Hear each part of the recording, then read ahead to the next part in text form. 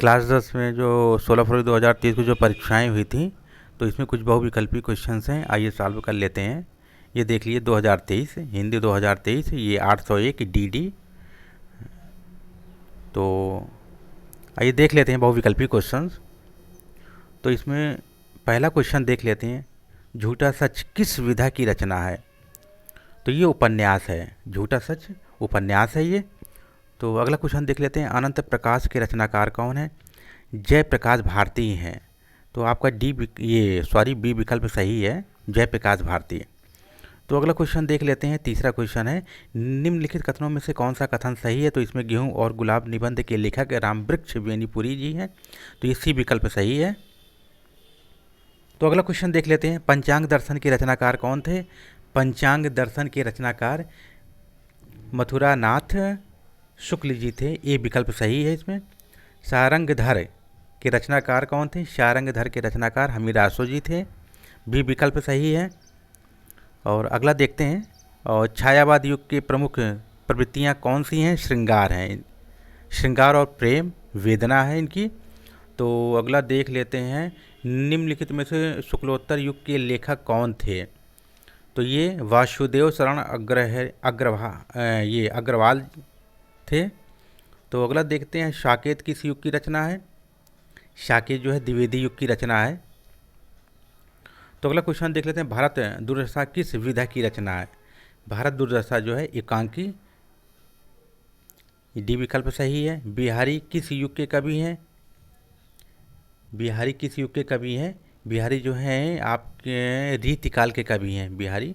तो अगला देख लेते हैं, नाना वाहन नाना वेसा, ये लिखा हुआ है, उसको पढ़ लीजिए आप। तो इसमें कौन सा विकल्प सही है। तो ये हास्य रस हैं, हास्य रस से संबंधित है। तो अगला क्वेश्चन देख लेते हैं, यहीं कहीं पर बिखर गई वह भग्न विजय माला सी, उपयुक्त में से कौन सा अलंकार है। तो ये उपमा अलंकार है, ये विकल्प सही है। तो रोला किस प्रकार का छंद है। सममात्रिक छंद है रोला। निर्जन शब्द में किस उपसर्ग का प्रयोग किया गया है।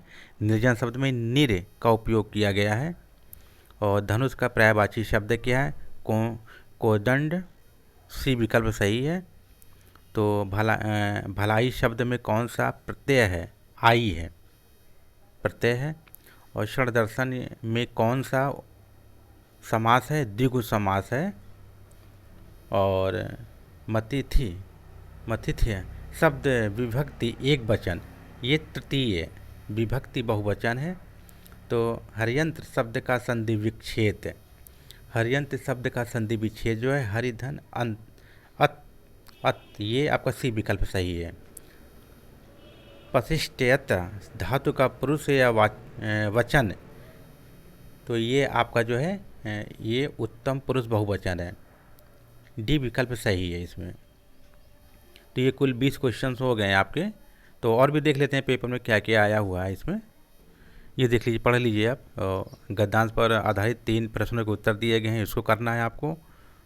तो ये क्वेश्चन देख लीजिए गद्यांश। और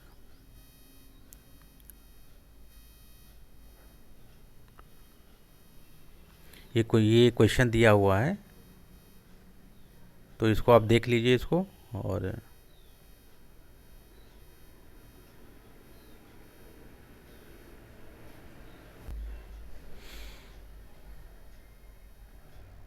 दिए गए गद्यांश पर 3 प्रश्नों के उत्तर दीजिए। तो ये भी देख लीजिए गद्यांश वगैरह, ये देख। और ये क्वेश्चन दिया गया है 3, पहला दूसरा तीसरा, इसको लिखना है पढ़ करके। तो अथवा में दिया गया है, चाहे आप ये आप का करिए, चाहे या तो आप खा करिएगा। तो ये क्वेश्चन दिए गए हैं।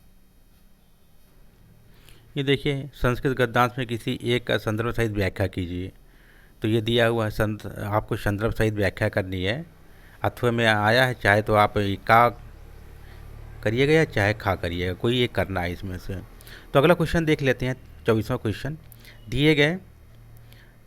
दिए गए पदांश में किसी एक का संदर्भ सहित हिंदी में अनुवाद कीजिए। तो ये इसको अनुवाद करना है आपको हिंदी में। संस्कृत में दिया गया है, हिंदी में अनुवाद करना है आपको।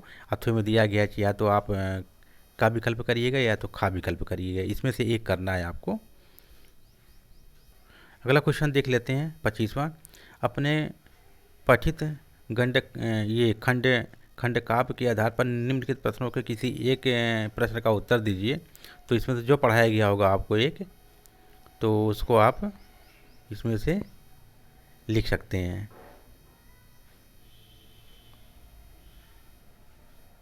तो अगला देख लीजिए 26वां क्वेश्चन। दिए गए लेखकों में से किसी एक का जीवन परिचय आपको लिखना है। जीवन परिचय आपको लिखना है, जीवन परिचय किसी एक का, या तो आचार्य रामचंद्र शुक्ल का लिख लीजिए, या आपको जो है भगवत शरण उपाध्याय या फिर राजेंद्र प्रसाद का, किसी एक का लिखना है आपको जीवन परिचय। तो दूसरा देखते हैं खंड में। तो दिए गए कविता में किसी एक का जीवन परिचय देते हुए उनकी एक प्रमुख रचना का उल्लेख कीजिए। तो ये आपको ये 3 दिया गया, इसमें से एक करना है आपको। तो आगे देख लेते हैं। अपनी पाठ्य पुस्तक के गद्य खंड कोई एक श्लोक लिखिए जो प्रश्न पत्र में ना आया हो। तो आपको श्लोक लिखना है। और आगे देख लेते हैं। किन्हीं दो प्रश्नों के उत्तर जो है संस्कृत में देने हैं आपको। ये देख लीजिए आप, 4 क्वेश्चन है, इसमें से 2 आपको लिखने हैं। तो अंतिम में आता है निबंध। निम्नलिखित में से किसी एक पर निबंध लिखिए। ये प्रदूषण पर अक्सर आता है निबंध, या बेरोजगारी पर भी अक्सर आता है, या आतंकवाद पर। ये 3 निबंध तो हमेशा पूछे जाते हैं हर साल। तो अगर ये 3 निबंध आप पढ़ लेंगे तो हर साल आपके लिए जो है आपको अलग से तैयारी नहीं करनी होगी। तो ये जो 2023 में 16 फरवरी 2023 को जो परीक्षाएं हुई थी हिंदी की बोर्ड पेपर, जो क्लास 10 का हुआ था, ये पूरा साल पेपर है इसका।